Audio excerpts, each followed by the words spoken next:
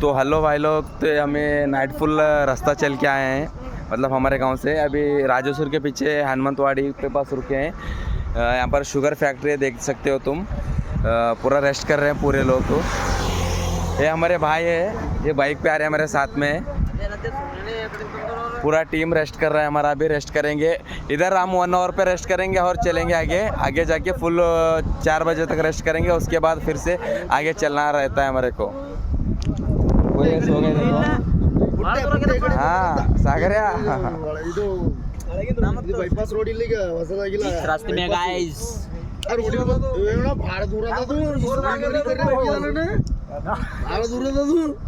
तो हमारे साथ में पूरा वीडियो वॉच टाइम कंप्लीट करो, पूरा हमारा फॉलो करो और हमारे को शेयर करो, वीडियो को सपोर्ट करो। पूरा जितने तुलजापुर को आ रहे पूरे लोगों को हमारे टीम में जोड़ने के लिए सब लोगों को वीडियो शेयर करो बस। Hi guys.